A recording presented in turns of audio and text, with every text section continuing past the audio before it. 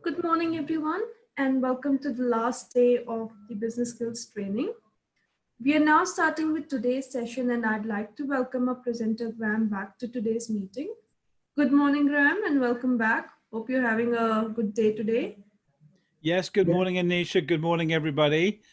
Hopefully you can all hear me and see me, and looking forward to today's session. Yes, we can see you, we can hear you perfectly, and we'll start the session once you're ready. Okay, that's splendid. Good. Well, I'm just going to share my screen with everybody, and then we can get started.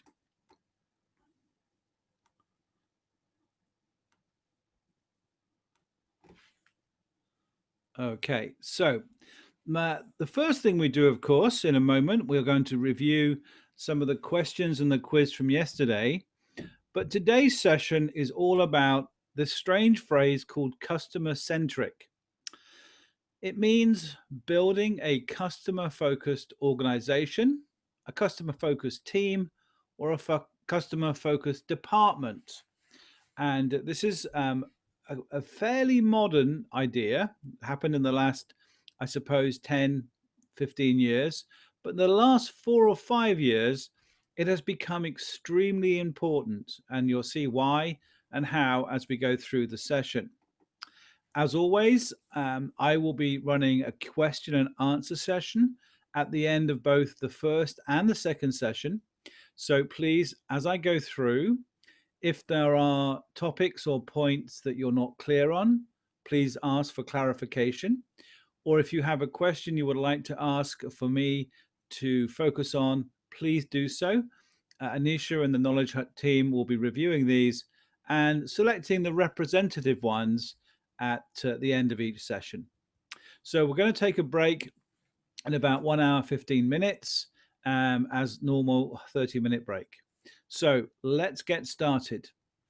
Yesterday, we had a really good look at these two important areas of strategic management and objectives and planning.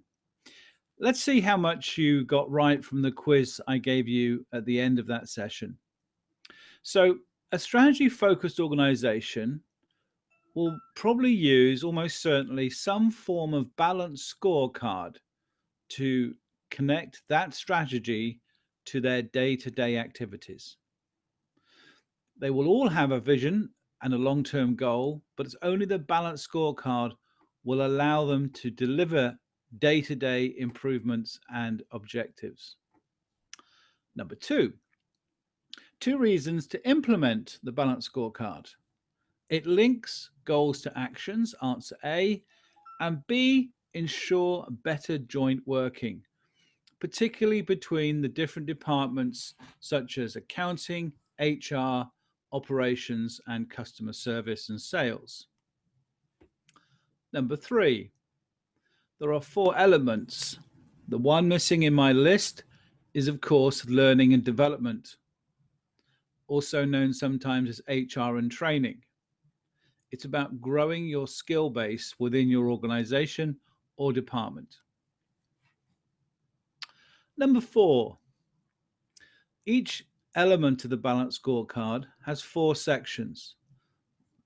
Now, we could differ in this because some people will say the KPI is more important, but I believe the objectives are the most important aspect because the KPIs and the initiatives grow from your objectives. So getting the objectives right is the most important element of a balanced scorecard. Number 5, strategic planning helps to achieve improved communication is the answer I'm looking for, A. This is really an important benefit, and it wasn't really understood until organizations started using balanced scorecards properly. Number 6, question 6. A strategic planning model should start with your mission statement. From that, you develop a vision, which is also connected, and that leads you to your objectives and operational KPIs. Number 7, the purpose of a SWOT analysis. It's always C as a base for setting goals and objectives. It might be useful to understand your strengths and weaknesses and opportunities and threats, but it isn't of any value unless you build your goals and objectives on it. Number 8, the S in SWOT stands for strength, or strengths in this case. The S in SMART, when we talk about SMART objectives, this is question number 9. All objectives, all goals should be SMART goals. Here the S stands for specific, which is clear, which is defined. Then ideally, of course, the M is measurable, the A is achievable, the R is relevant, and T is time-bounded. Key performance indicators. So question 10, the P in KPI stands for performance. Key performance indicators. They sometimes have different names. Key success criteria, I've known organizations call key performance metrics, KPM, but it always seems to be performance related. Okay, so those are the 10 questions from yesterday. And will be another questions at the end of this session too. So the 3 modules for today's 2 sessions are the building blocks of a customer-centric organization, how you develop a top-down customer-centric culture, and responding to the customer's voice. Now, there's 2 or 3 ways this information today will be useful to you. And I think it's probably one of the most important topics of the week, and they've all been important. If you work in an organization of any size, it will have customers, even if they're not paying customers. For example, if you run a police force or a school, or maybe a hospital, you have customers, they might be called patients, and so on and so forth.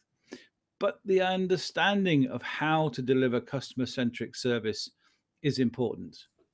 If you move forward in your career, or you already manage a team or a department, or indeed you manage a whole business, you might want to think about how you develop that team, department, or business along the lines of being customer-centric, working from the top down, and listening to what your customers are saying, and using that to shape customer service and products. This is the trick today. It's how fast you can listen to your customers and respond well. And I'll give you some examples, as always, as we go through. So, first module, the building blocks, the foundation principles, how to serve internal customers well, and the importance of first impressions. So the topics we're going to look at first are really defining what customer service is. Now that sounds a little simple, but you'll see that it isn't. What do you want your customer experience to be? Specific ways you can use customer service to enhance loyalty. The customer service model. We're going to take time to look at our customer service internal model, because everybody has internal customers. Why first impressions matter, and understanding your customer's non-verbal communication. We'll do a little exercise for that later on. Now, let's just create a nice big picture understanding of what customer centricity is all about. So you can see from this slide here, we've got all these elements feeding in. So the first one is to design the experience. Now the experience is everything to do with the customer's result of your business. So let's take a very simple example. A few months ago, I was sitting in a McDonald's at 6 o'clock in the morning. I had driven 2 hours to a meeting and I arrived early. And I sat there drinking my coffee and I watched a man come in and clean the windows. And we got talking and I said, "How often do you clean the windows here?" And he said 2 or 3 times a day. I said, "A day? Why would you clean the windows 2 or 3 times a day?" And he said, "Because having clean windows and a clean door is all part of the customer's experience." And I thought, how does a window cleaner know about this? And apparently, when he got the contract with McDonald's, they sent him on a training course to teach him about customer experience. Because if you go into a restaurant or a shop and there's dirty finger marks all over the door or the windows, it doesn't give you a great experience. So he would clean the windows 2 or 3 times a day to make sure they're always clean and give the right impression. So that's kind of interesting. The next one is to empower the front line. And the front line is the people that deal directly with customers. So serving staff, telephone staff, people managing the chat facility on a website, people responding to emails from customers. And by empower, it means probably two things. One is you have to equip them with the right skills. When you give people knowledge and skills, you empower them to serve customers well. You also need to make sure they have the right tools and technology to do that. Many of the times, if we phone up an insurance company or we try and contact a company, we are put on a queue or on hold, or people don't get back to us, or they don't deliver things when they should. And it may not be because of the people, it could be the process or the procedures or sometimes the computer systems. Customer-centric organizations measure metrics that matter. You can measure lots of things, but you measure the things that most matter. We talked in marketing about the Net Promoter Score, NPS. That's definitely worth measuring. How many customers come back? How many customers leave? Your customer satisfaction rating, the number of complaints. What are they complaining about? These are all considerations and, if you like, really important factors for customer-centric. A non-customer-centric organization will listen to them, they will monitor them, but they won't really react positively to them. Feedback drives continuous improvement. When a customer asks for something and you can't do it and you say no, then another customer asks for something and you can't do it and you say no, there comes a point where you have to start saying yes, because if you don't, somebody else will. So if you were phoning up a company to get a delivery of a product and you said, can you get this to me tomorrow? And they say, no, all our deliveries are 3 to 4 days. Eventually, you're going to have to say, yes, we can do it for you tomorrow. There is a small extra charge, but we can do it.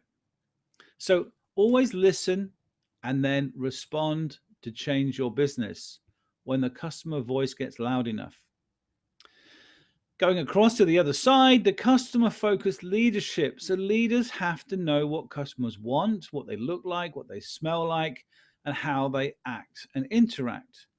The best leaders and managers interact with the customer frontline staff, and they also know what customers are about. Very simple example. I was staying in a hotel one time and it was time to leave after 2 weeks, and I'd booked a transport from the hotel back to the airport. And I got in this little minibus, as you do, and I put my bags in the back, and I was the only customer in there. And on the way, the driver was chatting to me and he was saying, so is this your first time staying in the hotel? I said, yes. He said, how was your stay? And I was telling him, and he said, what did you like most? And I was telling him. And I suddenly said, you're asking a lot of questions for a taxi driver. He said, oh, no, I'm not a taxi driver. He said, I work for the hotel. Oh, you work for the hotel. So what's your job role then? He said, well, actually, I'm the general manager. And I laughed and I said, you're the general manager and you're running me back to the airport? Are you short of drivers today? He said, no, no, no. I like doing this because it gives me a chance to talk to customers, and they often tell me things I don't know. They tell me secrets. They share with me what they liked or disliked, and good members of staff and bad members of staff, and all the stories. And he said, I can use this so much more than all the thousands of dollars I spend on market research and marketing companies. I just thought, that's genius. I thought that was really genius. So make time to define who your customers are as a person, and then really understand somehow what it is they like or dislike, or they think of the service that you and your team provide to them. Now, understanding your customer, trust me on this, having worked in customer service for many, many years, it's almost an impossible goal. It's like painting a large building. As soon as you get to the end, you have to start again, right? Why do customers buy what they buy, like what they like? Who knows? But you have a job to understand your customer, always. And these are the six, if you like, elements of customer centricity. To put it in another way, let's look at a different diagram. This is slightly easier to understand, I think. So the management team and the leadership team must take time to think about customers. You have to have a way, what we call a listening loop, of getting the feedback into the organization. Something like 50% of all customer service improvement ideas come from customers, and the other 50% come from the people that serve customers. So empower the front line to do a great job, build a great customer service experience, and measure what matters. And all of this will create this customer centricity. Now, people like me make this sound really easy. But if you are coming from being like product centered, maybe an engineering company or an oil company or a public utility or a government department, you are probably not starting from a naturally customer focused organization. Your view is that customers are wrong, customers are difficult, and customers aren't really that helpful to themselves. Now, you need to put that to one side and move onwards. Here's a little example. There's a very famous store, certainly in the UK and probably around the world, called Marks and Spencer's. And a few years ago, they hit some hard times in their sales and customer loyalty. And the reason was because all the changes they brought into their business were product focused or company focused, not customer focused. They changed their stock lines. They reduced the number of tills so people had to wait. They changed the opening hours so people couldn't shop when they wanted to shop. The managers couldn't choose the stock that was relevant to their local area. You could order something to collect from the store, but they would only hold it for 2 days. If you could only shop at weekends, that was no good. They had a very difficult returns policy. You had to have the receipt, and it had to be within 14 days. Otherwise, there was no refund. All of this. Oh, there's another thing. They didn't take anybody else's credit card apart from the Marks and Spencer's card. If you wanted to pay by MasterCard or by Visa or by American Express, you couldn't. So all of these customer unfriendly policies led to quite a dramatic drop in their sales and their share price. The chief executive got fired, they hired a new one, they turned it around, and they've been coming back at the market ever since. So this is how important customer centricity is. Now, many of you listening and watching to this may never deal with an external customer. You don't work in a shop. I understand that. But all of us have internal customers. An internal customer starts with your manager. It's your colleagues. It's your co-workers. It's your friends in the company. It's the people that you serve in your business who perhaps are on the same payroll as you.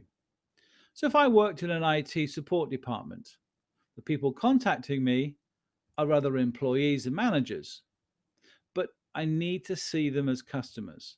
I need to think about the quality of what I do, the service I provide. I need to be reliable, efficient, and take responsibility. This is one of the most important things in being focused on internal customers. I don't pass the buck. I don't blame somebody else. I say, let me see what I can do to help you. And then maybe involve other people.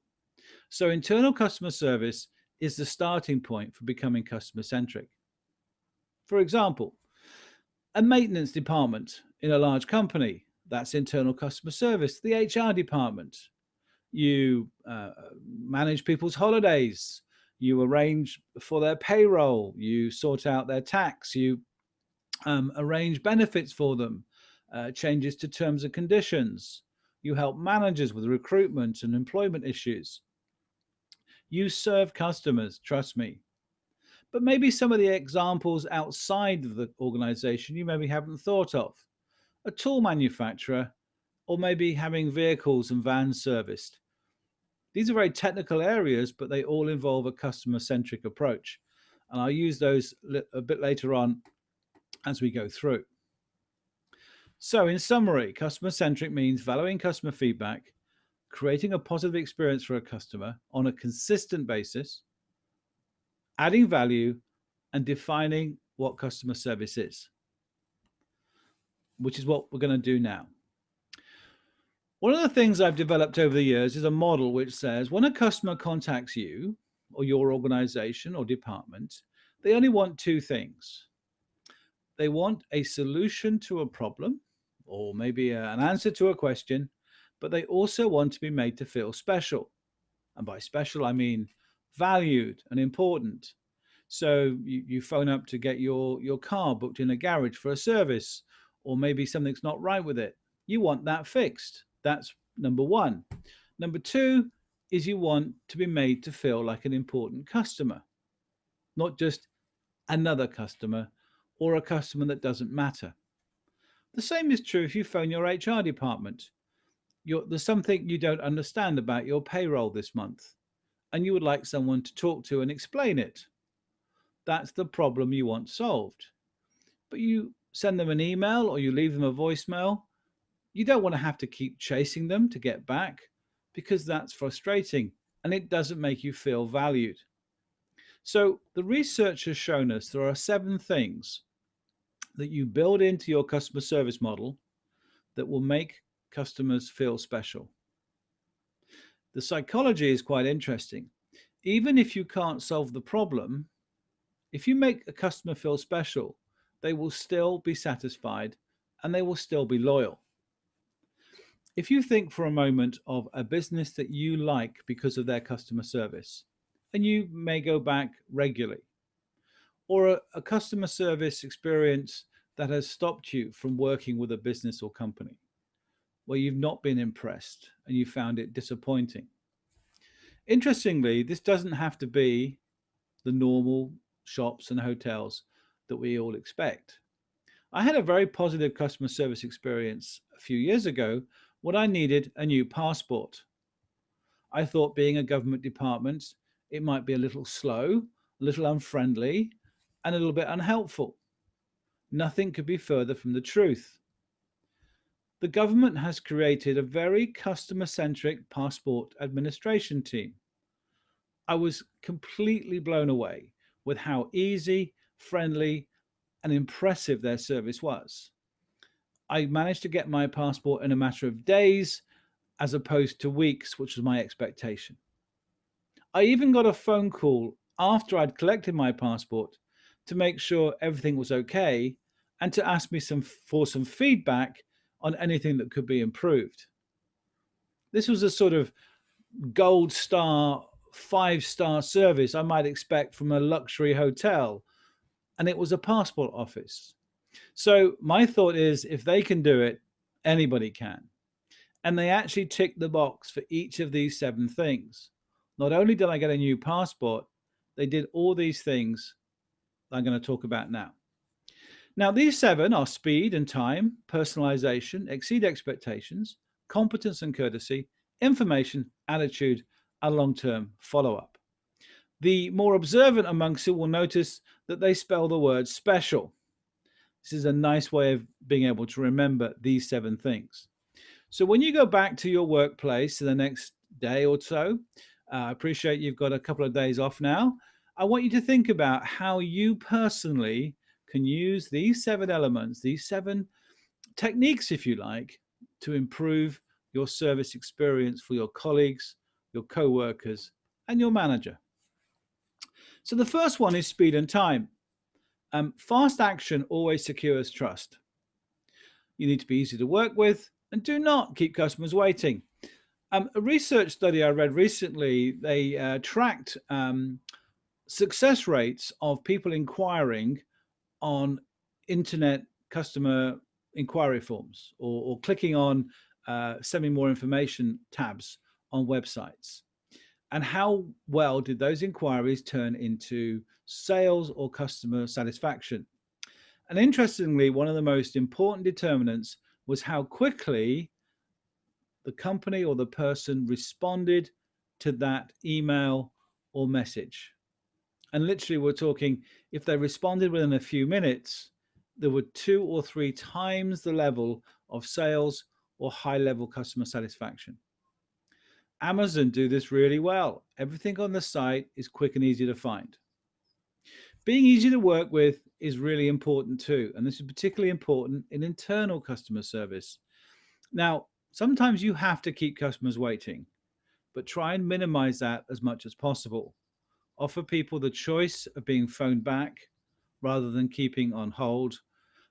Or if there's a delay for a response, keep going back to them and explaining that it's still ongoing. The P is for personalization. There's lots of ideas here. Remembering your customer, personalization, using their name, being friendly, adjusting to their personality. I mean, some people like making small talk and talking about the family and the weather and the football, and some people don't. So you need to be responsive to that. The third element, be flexible, means that sometimes your customer service model, if you like, doesn't suit everybody. And there are times you need to make an exception. So find ways to go above and beyond the call of duty. Find times when you would go, do you know, I normally wouldn't do this, but in this case I will. So this is what customers really, really value, is the personalization of the customer experience. It's really important. Exceeding expectations is possibly the most important of all these 7. Make sure you underpromise and overdeliver. Always manage expectations very specifically, and then say no nicely if you have to say no.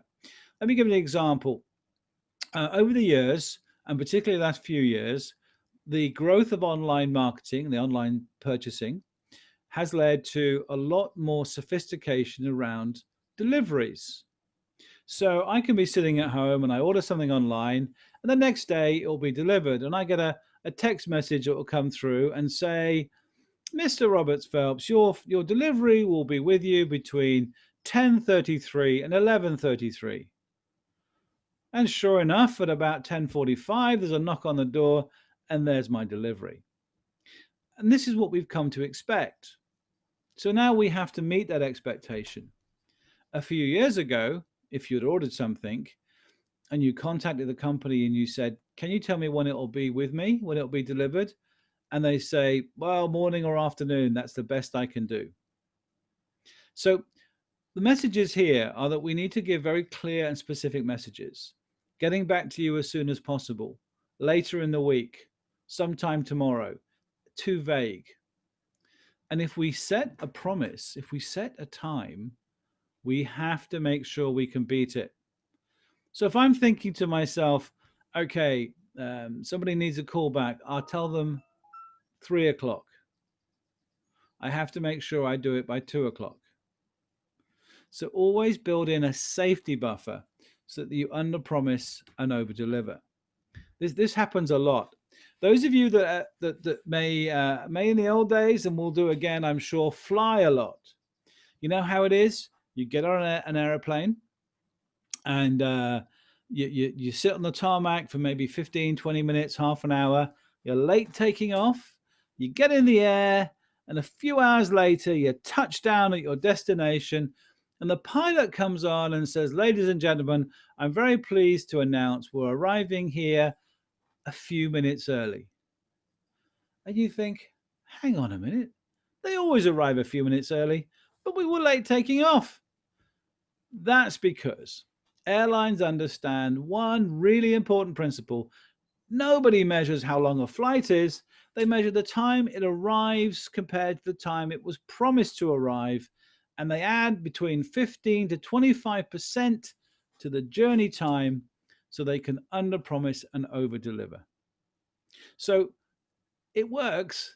It really does. Try this one and it takes a lot of pressure off you and your colleagues too. The C, well, there's two C's here. I'm cheating a bit. Competence and courtesy. Nothing impresses like competence. Being really good at something, getting it right first time.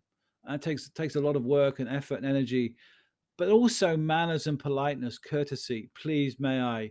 Thank you for waiting. Just use really good manners. It's so important. And I remember recently I was talking to the managing director of a large accountancy firm, and we were discussing ways they could improve the service experience in their business. And I said, as an example, I said, well, if you're in a client meeting and you took out and started using your phone, what would you think? And the managing director looked at me and he said, oh, I do that all the time. I said, really? Don't your customers say anything? He said, no, not really. Do you think they like it? They don't seem to mind when I'm in the meeting. I said, I don't know. Why don't you phone one of them and ask them, did you get upset or did you think it was rude when I used my phone in that meeting? And he called me the next day and he said, Graham, people hate it. I said, I know. You're a really important person to them. You're the managing director of their accountancy firm. And you get out your phone and that means that something more important than them in the room. So next time you go in a customer meeting, don't use your phone. Next time you're out with your family or colleagues or co-workers, don't pay attention to anything other than them. It's bad manners and it's rude. So this is such an important principle. Now, we've all got this, I'm sure. But one of the things we've learned over the years studying customer service is it has to be slightly exaggerated. In order for it to have an effect, our manners, our courtesy has to be a little bit more than it would normally be. So we open a door for someone and they say thank you. And we say, no, you're welcome. It's that kind of thing. And you will notice this happening now. When you go around as a customer to some of the better organizations, or should I say, the really customer-centric organizations will do this like black belt ninjas. And I remember staying at one of my favorite hotels is the Ritz-Carlton. Not the most expensive hotel in the world, but I think I was there for about a week once, and I don't think I ever had to open a door because there's always somebody there opening a door. It was just the most amazing experience. Not because it was so lavish or it was so luxurious. It was just the service. Here was a service. And here's an example. At one time, my daughter was with me and she has an iPhone. And she was at the time about 16, 17, which means she can never be more than 2 hours away from charging her phone up, right? You know the experience. So we went to the desk because her phone was dead. And we said to the concierge, she said, do you by any chance have a phone charger for my daughter's phone? And he said, of course. And he opened a drawer. And in this drawer was 16 compartments. Each one had a different mobile phone charger in. And he said, which particular phone has she got? And I said, an iPhone. And he said, which model of iPhone? Apparently, there are different chargers for different iPhones, right? So we identified this. And he said, listen, I'm going to put it on a fast charge for you here. Give it about 45 minutes. Come back and get it when you're ready. Ta-da! Now, somebody somewhere had put some thought into this. And this was a great example of being customer-centric.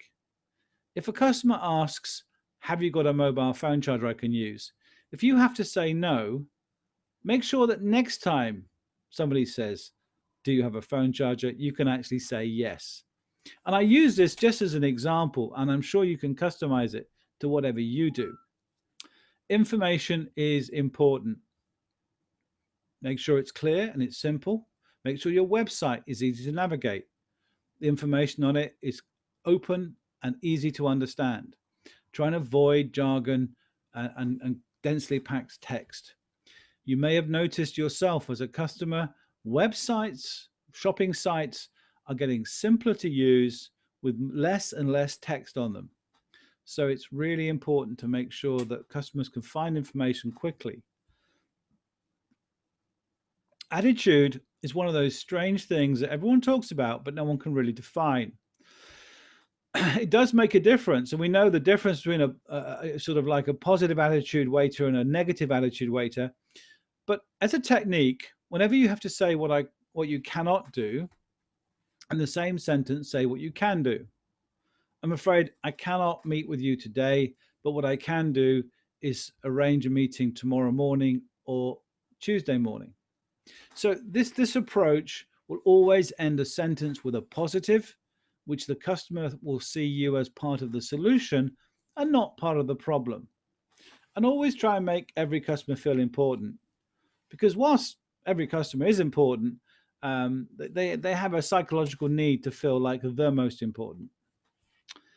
And then follow up. So check to see everything's okay at the end of a conversation or meeting. Send an email, make a phone call, send a message, check everything's okay. Give a customer an opportunity to come back to you if it isn't. And then always think of the long-term value. I remember writing a training course for a large chain of supermarket, one of the third biggest, largest supermarket here in the UK. And we made a little training video. And in the video, it suggested that when a customer service person looks at a customer, they imagine they've got a sign or like a Post-it note on their head. And the Post-it note has the value of that customer to the business. And when we're working on the training, I said, well, how much is a customer worth to your business? And they said, oh, it's worth about £200,000. I said, what? You're a supermarket. Who spends £200,000 in a supermarket? And he said, you do. I said, really? He said, yeah. And we did this calculation that the average family will spend, let's say, £100 a week in a supermarket, right? The value of a customer is calculated over 10 years. So that comes to £50,000. One satisfied customer can lead another 3 customers into the business. So therefore, that one customer is potentially worth £200,000. So if you treated everybody as a 200,000 or £100,000 customer, you would change the way you deal with them. So these are the 7 things of speed and time, personal, competence and courtesy, expectations, information, attitude, and long-term relationship. Build those around the product you do, and this will create the moment of truth. Any point where you connect with a customer, this is a moment of truth. So let's take the HR example. You open the payslip, you click on the link. Is it easy to understand? Is it clear? Do you like the font? You phone up your IT department because you can't seem to log in. Your password isn't working, or it's not printing, or the emails are not coming through. Now, interestingly, with a moment of truth, there is a much bigger emphasis in your mind over the first impression and the last impression. And you kind of put everything under a big magnifying glass in the first few seconds. So how long does the phone ring before it's answered? How long before you get a reply to your email? Is there a mistake in the email? How many times do you have to read it? Does it answer your question? What's the first sentence? What's the first thing that people say? Let me give you 2 examples. When you phone, let's say, a bank or an insurance company or anybody at all for a service, they should start the phone call with good morning. My name is, how can I help you? Something like that. And you say, yeah, I can't seem to log into my computer system, or I'm not getting any emails through. And they will then say, do you have your employee reference number? No. They don't say that. They probably do. But what they should say is, I'm really sorry to hear that. Can I take your name, please? Because we're all people and we want people to go, oh, I'm sorry to hear that. That's the most important thing. And this happened to me just yesterday. I phoned up to chase a delivery that hasn't arrived. And the first thing the person said after giving me her name was, I'm really sorry you've got this problem. Let me see what I can do to sort it out. Immediately, my mood changed. So this first impression is really important. The second thing I'll share with you is whenever you respond or reply to an email, start off with, dear, thank you for your email. If you get an email in from an external customer, say, thank you for your inquiry or thank you for your interest. Always start an email with a thank you. Even if it's a negative email and someone's complained, thank you for your feedback and taking the time to share it with us. This first impression is a key moment of truth. Very important. So let's try a little poll now. I'm going to click this on for the first time. We did a few of these yesterday. This asks you a 4-part question. If you want to click on one of these, what's most important to you as a customer? Is it price, speed, friendliness, or competency? We're just going to give you a minute to do that. So click on that as quickly as possible, and I will share the answers with you.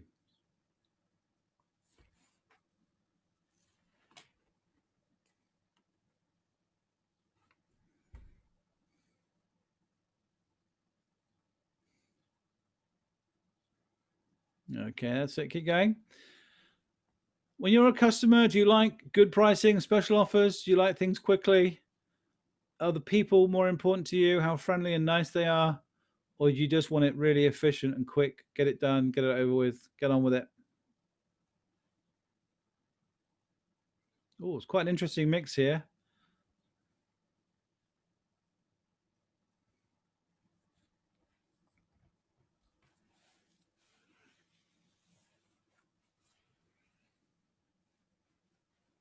Okay, another 15 seconds. Let's see if get a few more votes there. Get up, get it up. Yeah, that's it. Keep going, keep going, keep going. Well, there is a clear winner. You might be surprised. Okay, so let's pause there. We're going to be doing these again later on. So let me share the results with you. 38% of you will value price and special offers as important. The second is competence and efficiency, followed by an equal measure, friendliness, speed, and convenience. Now, I would be interested to find out what your partner or your colleagues or your family may also think is important. This is really interesting because, of course, price and special offers are really important. This is why companies do these things. They have promotions, they have keen prices, they have discounts to get us to buy from them. But nobody ever complains about the discount or price, but they will complain if it's too slow or not delivered on time. They will complain if people are rude, and they will complain if something is wrong or is somehow not right. So this is interesting, is that you've got to get good price and special offers, but many cases this customer service is what's around the outside. And this moment of truth is what customer-centric organizations consider to be important. So when a customer has a negative experience, it becomes a moment of misery. But when it's a positive experience, it becomes a moment of magic. And that's why when you go into a shop or you go onto a website yourself, at the end of that experience, you are either more pleased with your life or less pleased with the world. And that's that organization that's done that. And there's no science or no secret or no real difficulty in understanding that companies that deliver moments of magic will create customer loyalty. Because why wouldn't you want more magic in your life? And if your company or an organization makes you miserable, you're not going to keep going back. And if you are going to go back, you'll only do it when you have to. So this is why if you deliver internal customer service and you don't do it well, people will be difficult to deal with because you make them unhappy. Now, customer delight can also be put down to these 4 things: exceeding customers' expectation, reacting with a wow in return for the product or service, making sure that every contact has an opportunity for some sort of delight, and the challenge is to consistently maintain that delight factor. Here's an example. a company I was working with many years ago decided to put little sweets in every box. They sold beauty products, and in every box that was sent out, they used to put little sweets in, little Hershey's and chocolates and that sort of thing. Just a few, maybe a bag of M&Ms or something. And this was just a little thing that the managing director thought was a really good idea, and he liked it, right? But then the financial director pointed out how much they were spending in all these sweets, and it was quite a lot of money. So the managing director said, okay, I'll tell you what we'll do. We'll do a test. We'll send out half of the products and services, half of the boxes, if you like, with chocolates in and half without. And we'll track the expenditure, and we'll track the customer satisfaction, and we'll track the repeat business and see what happens. Now, you can guess, can't you? For the price of a few little chocolates or sweets, customer loyalty was 17% higher. Repeat business was nearly 17% higher by just putting a few sweets in there, because it was that delight factor. It was that kind of, wow, look, there's a sweetie in the box. Now, I know it sounds crazy, and it probably is crazy, but understanding crazy customers is what customer-centric organizations do, right? So customer experience management is how you create moments of truth. And when you've done that, these are some of the things you gain. You get loyalty. You improve customer satisfaction. One of the things that a bank will do, if they add up the number of complaints they get or dissatisfied customers and how much time it takes their staff to write emails and phone calls and research it and look into it and say sorry and do refunds, it's usually a lot of money. So improving customer satisfaction makes some financial sense as well. You will also build stronger relationships, which is going to lead you to more referrals, recommendations. Your competitors will marvel at your ability, but not quite understand how you do it. And then increasing the business KPIs add value to the shareholders. I always like to think of it as this in a very, very simple way. If you walk down most high streets or most shopping malls, there are lots of places you can get food or drink or refreshments. And you'll see people walking past one premises to go into a particular restaurant. Some restaurants are empty and some are full. Why? Well, it's not just the price of the meal or the price of the food or refreshments. It's about the whole customer experience. And there are two pies that we can look at. One is the loyalty pie and one is the disloyalty pie. Obviously, price is important in both of them. Good customer service, bad customer service, poor products, high quality products, and so on. So if you want to build a business or a department based on loyalty and goodwill, it's the one on the left you have to think about. The one on the right has those characteristics. It's not competitive on price, poor customer satisfaction, weak products, and bad customer service. They tend to all go together. Now, let's try another quick poll. This is one that we've had this question a few times already today. This training. First time today is the customer always right? Now, this is very simple. I think I know what you're going to tick. Tick the box, and then we'll discuss. Oh, no, there's a surprise. Is the customer always right? True or false? Okay, it's not what I expected. This is interesting. I'm going to answer this, by the way, definitively, that there is a true or false answer to this. And I will share this with you in just a moment. So cast your vote. What do you think?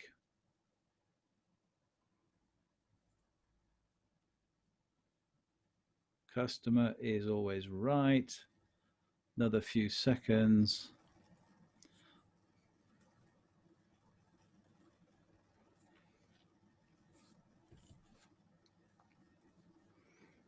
Right. So let's pause there. I think the trend is established. trend is interesting. Let me share this with you. It's pretty close, but more of you think the customer is right, but 44 of you think it's false. The customer is not always right. Now, let me explain what this expression means. It means the customer's opinion is always right. And it means you're right when you're the customer. So, for example, let's imagine you go into a cafe or somewhere, a restaurant, and you order a drink, and you take a sip of the drink, and you go, "Ugh, this tastes terrible." And you call the waiter over, or you go back to the counter, and you say, "There's something wrong with this drink." And they taste it, and they go, "No, that's fine. There's nothing wrong with that. It must be you." Now, you wouldn't put up with that. I wouldn't put up with that. So when we're the customer, of course, we're always right. Now, what it means is the customer's opinion is always right, and always treat the customer if they're right, even if they're wrong. Put the mistake right later, correct them if you need to, after you've solved the problem. Okay, so the customer is always right in their own mind, and you must treat them like that. There's a famous phrase which says, rule number one, customer service rules. Rule number one, the customer is always right. Rule number two, please reread rule number one. Okay, so it's kind of an interesting, it doesn't matter whether you believe the customer is always right, but you must always treat them as if they're right. If they believe it doesn't taste right, if they believe your service is too slow or too fast, then you have to respond to that. It's very important. Here's an example. There's a hotel chain in the UK which have something called a good night's sleep guarantee. So when you're checking out in the morning and they say, how did you sleep? How did you enjoy your stay? And if you said, oh, it was terrible, I hardly got any sleep, or there was a lot of noise next door, or the room was too hot, the room was too cold, they go, okay, that's fine. There's no charge for last night's stay. I go, what? Nope, it's completely free. If you're not satisfied, there's no charge. Now, interestingly, well, of course, the customer could make it up. They could say, oh, no, I didn't sleep very well, and get a free hotel night stay. And I'm sure some people do, but they always believe the customer is right.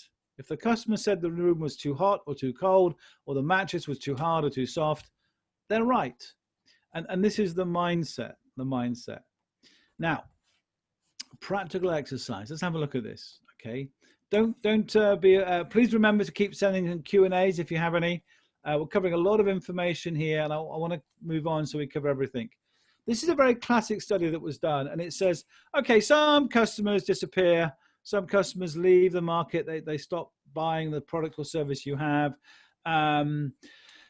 Some customers get other people to do it, they do it themselves. Some customers are persuaded to go to a customer, because a competitor because of price. Some customers leave your company because they're dissatisfied. But when a customer believes you don't care about them, that's where they leave.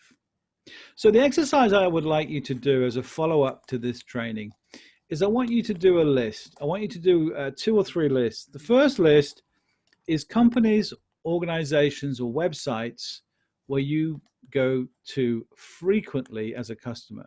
You like their service, and you go back and use them again and again and again, and maybe recommend them to others. Now, particularly where you've had a service experience where something has gone wrong and they put it right. Now, interestingly, by the way, we only know what customer service is when we have a problem. So you buy your car insurance and everything's fine, and then you get the cover note through and the pricing is wrong. That's not what you were told on the phone, or there's something missing. So you have to phone up or email them. Now you have a customer service experience. If there's no problems, you don't need customer service. So that's the first list. Organizations that have impressed you because of their service or their pricing or their speed of service or whatever it is. The next list I want you to make is companies or organizations where you've had a bad customer service experience. And the third list is a list of organizations where you've had a bad customer service experience, perhaps several times, and you've never used them again. So this will prove to you, and if you're not sure about this, maybe you think, well, it's just me, ask a few of your colleagues and co-workers. So the fact is that a positive customer service experience will build loyalty in your customer. But there's another benefit here. Customer service, good customer service, being customer-centric doesn't just benefit the customer, it benefits people who serve customers, the staff. So can you imagine if you just sat on a phone or on email or worked face-to-face with customers, and all you got was customers that moaned and complained and shouted and were difficult and told you your service was rubbish and your company was awful? You would feel pretty depressed by the time you went home that night. If, however, you work with a company where you get a few of those, and of course you get some customers that go, oh, your company, but you also get customers that go, that's great, thank you. I just wanted to say I really enjoyed, the meal last night, or the service was good, or thank you so much for helping me. You're going to feel better about your job. And there's an interesting thing here when we look at internal customer service departments. This is where you deal with the same people, the same department over and over again. So you're building maintenance, your HR department, IT support. What the users do, what the customers do, is they work out who the best people are in that department. And they phone up and say, yeah, my emails aren't working properly. Is Fayad there, please? Or can I speak to Abdullah? Because they know that Fayad and Abdullah are nice people and know a lot of things. And they don't want to deal with anybody else. And then so Abdullah and Fayad really enjoy their job because customers really appreciate their high level of customer service and skills. So being good at customer service is a win-win situation. And you just keep your eyes and ears open and you will notice so many examples of this all the time. It's so compelling and so obvious, really, if you think about it. So the customer service point chain is this. Well, what if a company was empowered with tools and support needed to impact the customer service profit chain? Well, employee satisfaction, employer loyalty, improved productivity, and internal customer service grows. It's almost impossible to have good external customer service and poor internal customer service. They are two sides of the same coin. If you get your internal customer service right, external customer service works even better. So why do most business leaders only focus on this half of the chain, which is profitability, customer loyalty, and customer satisfaction? It's because they don't see the connection. So they're only looking at half the sky, as the Chinese would say. So yes, of course, you have to look at the metrics around sales and repeat business and complete customer satisfaction, but you also have to look at how your staff interact, what the customer service is. And here's an example for a company that does a huge amount of metrics is Amazon. Interestingly, they know what every single one of their customers spends, when they spend it, what they spend it on, how long they spend on the website, how many products they look at before they make a basket collection, how they pay, the time of day, everything. In the same way as someone like Netflix and Amazon Prime will do all of this. And they look at growth and loyalty and satisfaction, but they do the same for every aspect of their business, particularly their employees. So they look at employee productivity, they look at loyalty, they look at employee satisfaction, and they take all the cultural things in their business really important. So even if you never deal with an external customer, see all your colleagues and your co-workers as customers. This is the key. So We're moving up now to, I'm going to pause in a moment and ask for questions and answers. So I will hand back in a moment to one of the team to look at and come up with a few questions. So on the customer-centric journey, there are several steps. The first one is you target it on key customers. In any customer base, there are those customers who will respond well to customer service and those that won't. You need to be responsive to customers' requirements. So when a customer expresses a preference for something or a need, you need to find a way of satisfying that. You need to engage with customers. So this is really about the interaction, the communication, phone, email, chat, messaging, social media interaction, review site information. I know a lot of work has now been done on this online chat, but also now organizations are realizing to track the reviews that people write or post online and then respond to them. And you need to be inspired by customers, okay? And then the secret of all of this is to make it a process. So it's not just driven by one individual, right? So it becomes, if you like, a company habit. Just to summarize the internal versus external customers, here's a model I quite like. So the organization clearly has external customers, which include, of course, customers, but also suppliers, the government, the creditors, the shareholders. Internally, it's got three. It's got the employees, it's got the business owners, and it's got representatives within that. Okay, so that could be unions, it could be staff associations, and so on. So see them all as being customers, and customer centricity becomes a natural part of your business. Finally, just before we go for a Q&A session, here are a few ideas for those of you who are working with internal customer service. Good communication. Make sure you deliver on time promises. If you say you're going to do something by 4 o'clock, do it by 3:55. Always ask questions if you're not sure of something. Agree to compromises if it keeps your internal customer happy. Take pride. Be proud of what you do. Always look to do a good job. Interesting little quote I like, which says, nobody's ever motivated to be mediocre or average. People are only motivated to do things better or best.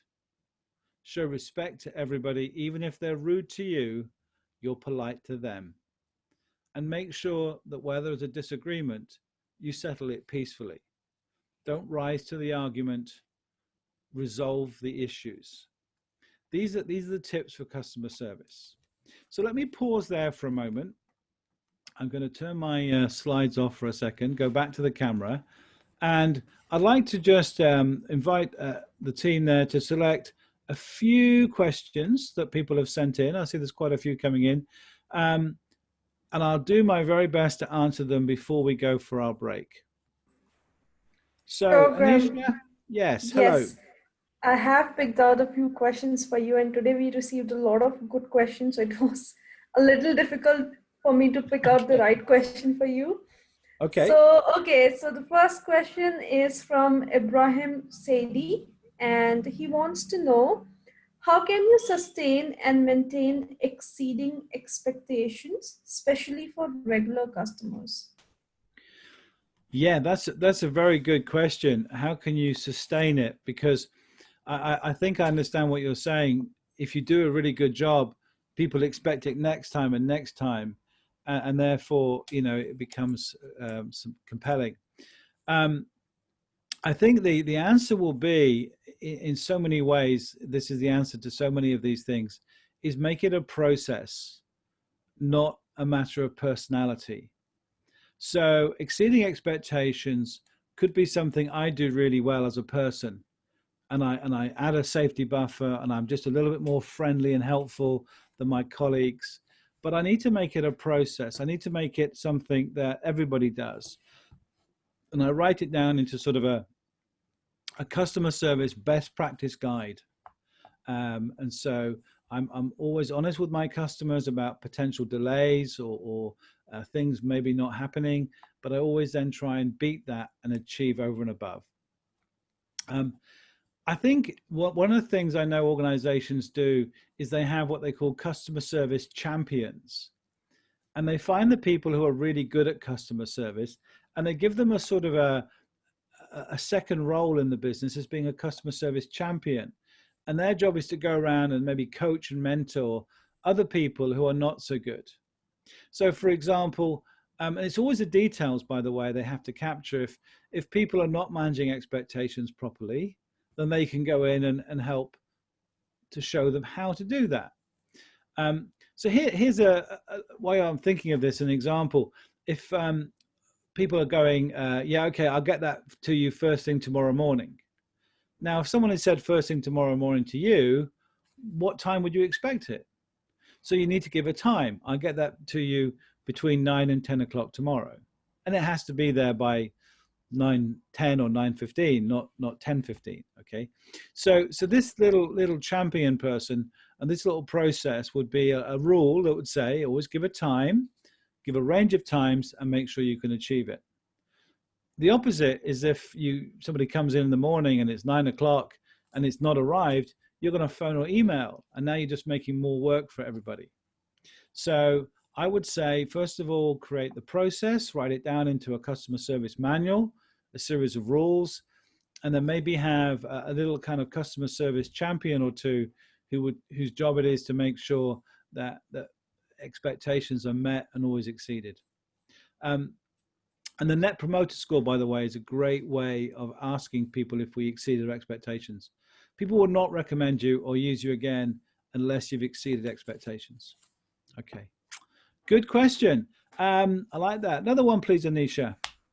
Sure. So the next question is from Hamza Al-Swalaim, and he wants to know which is better, to serve one angry customer in 10 minutes or to serve 2 polite customers in 5 minutes each.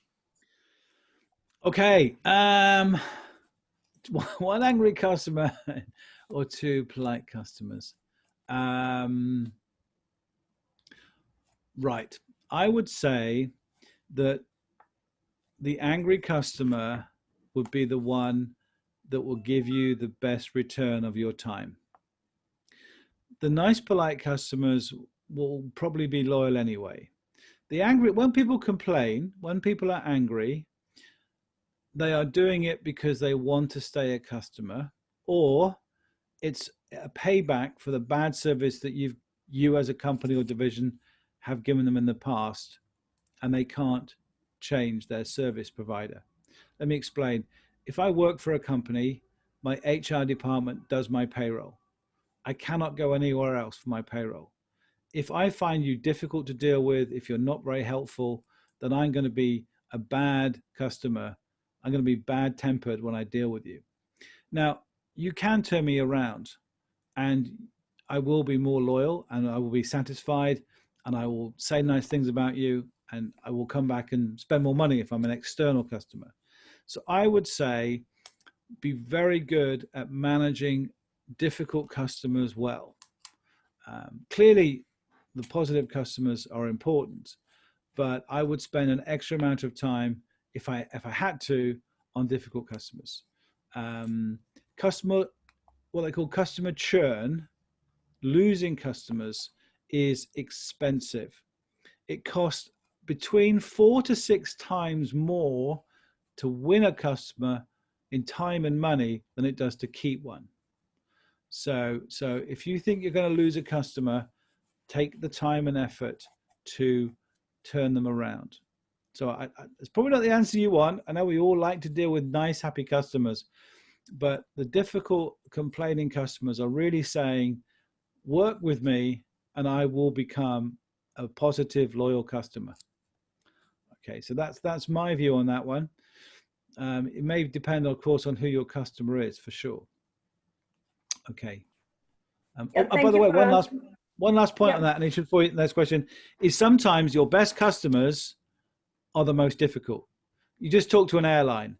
They get more complaints from business and first class customers than all the other passengers put together. So that's a good thing. Anisha, sorry, another question, please. We've still got That's all right, no problem.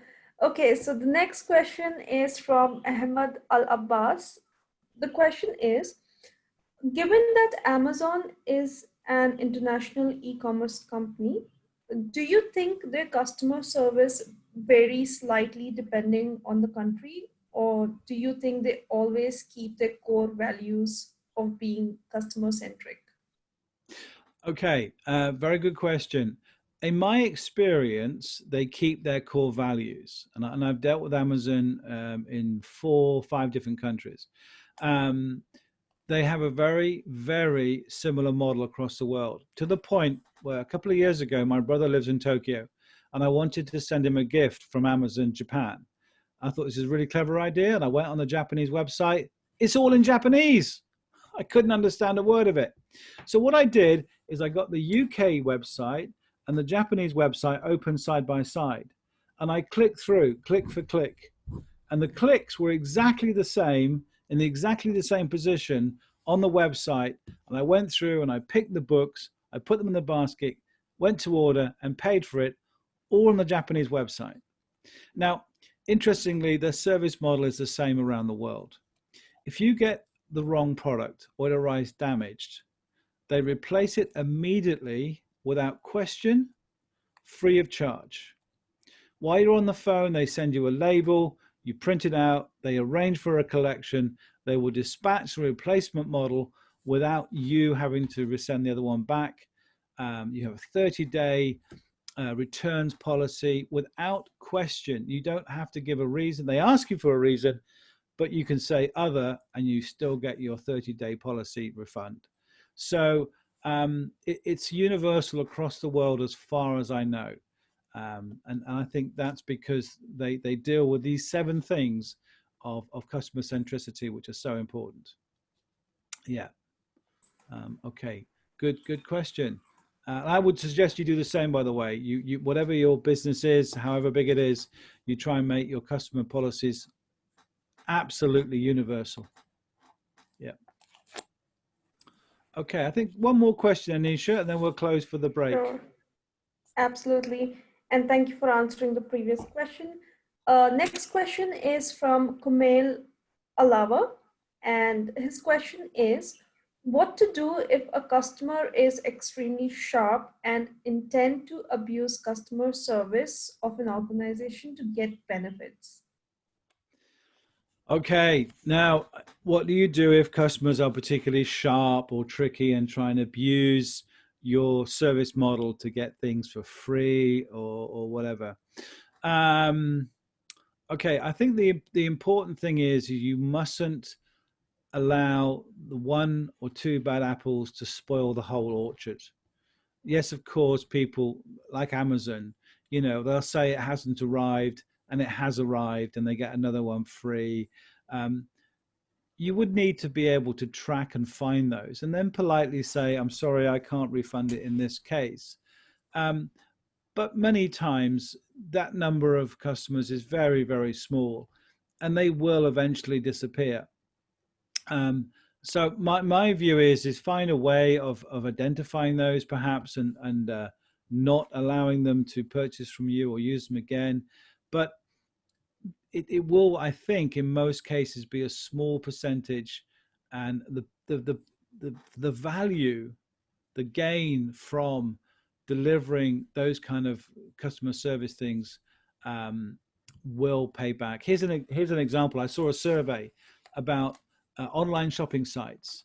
I've now identified the customers who return the most items.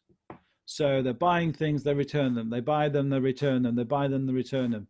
It wasn't the right color, the right size. It wasn't what they wanted. They send it back, they send it back. And some customers, by the way, the 20% 80 rule, 20% of customers make up 80% of the returns. And they thought, well, we're going to stop this. We're going to clamp down on this. We're going to stop these people returning it. We're going to bar them from returning so many items. But what they realized was the reason they returned so many items is because they spent so much money with the company. They bought 4, 5, 6, 10 times more than everybody else. but of course, therefore, the percentage of returns was higher. So it would have been a mistake to try and stop or limit these people returning. They were the best customers as it was. But always try and identify those who are doing it, let's say, when they shouldn't be, when they're doing it with evil. But most of the time, the benefits far outweigh the few difficult customers. So that's what I would recommend, definitely. Okay, so let's pause there. It's just coming up to the 15 minutes past the hour. We're going to take a 30-minute break. And when we come back, we're going to move on and look at some more aspects of the customer-centric journey. So enjoy your break, and I will see you in 30 minutes. Thank you.